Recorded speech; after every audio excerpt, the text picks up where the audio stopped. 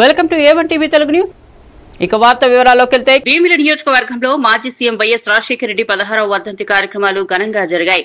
YS Jagan ఆదేశాల మేరకు నియోజకవర్గ సమన్వయకర్త మధ్య శ్రీనివాసరావు ఆధ్వర్యంలో జీవీఎంసీ 5, 6, 7, 8 వార్డులలో పేదలకు చీరలు, 3వ వార్డు ప్రభుత్వ ఆసుపత్రిలో రోగులకు పండ్లు పంపిణీ చేశారు.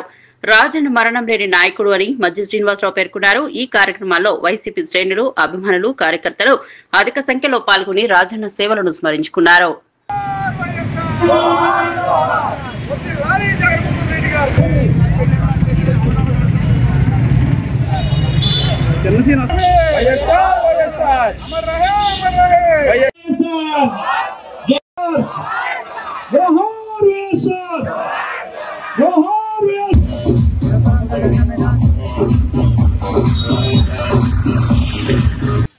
వారి వాళ్ళ భూమి మీద లేకపోయినా వారి తనయుడు జగన్మోహన్ రెడ్డి గారి నాయకత్వంలో వైఎస్ఆర్ పార్టీ వారి ఆశయాల్ని, ఆలోచనల్ని ముందుకు తీసుకెళ్తూ మరింత ముందుగా వారి ఇచ్చిన సంక్షేమ కార్యక్రమాల కన్నా మరింత ముందుగా తీసుకెళ్లి ఇవాళ ఈ రాష్ట్రంలో సంక్షేమ అభివృద్ధి కార్యక్రమాలు చేసిన ఘనత వైఎస్ఆర్ పార్టీ జగన్మోహన్ రెడ్డి గారి నాయకత్వం.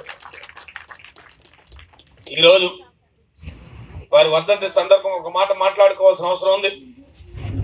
ప్రభుత్వాలు ఏర్పడతాయి. ఏ ప్రభుత్వమైనా పేదల కోసం, బడుగు బలహీన వర్గాల కోసం ఏదైనా పథకాలు ప్రవేశపెడితే ఆ పథకాలు కొనసాగుంటేడు చేసి, ఆ పథకాలలో ఎక్కడా కూడా రాజకీయ చోద్యం లేకుండా కేవలం అరుడే ప్రామాణికంగా తీసుకెళ్లే కార్యక్రమాలు చేయాల్సిన బాధ్యత నేటి ప్రభుత్వాలకు ఉండాలి.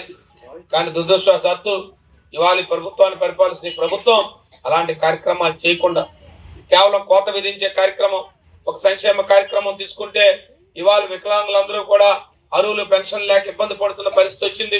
అమ్మో నా పెన్షన్ పోతే నేను ఏమైపోతాననే పరిస్థితి ఇవాళ గుండెలు పెట్టుకొని భయపడే పరిస్థితి తీసుకొచ్చారు. ఇవాళ అర్హత ఉన్న వాళ్ళకి పథకాలు లేవు, అర్హత ఉన్న సంక్షేమ కార్యక్రమాలు లేవు.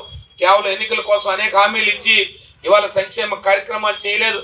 ఆనాటి ప్రభుత్వాల్లో రాజశేఖర రెడ్డి గారి హాయం నుంచి జగన్మోహన్ రెడ్డి హాయం వరకు ఒక మాట ఇస్తే ఆ మాట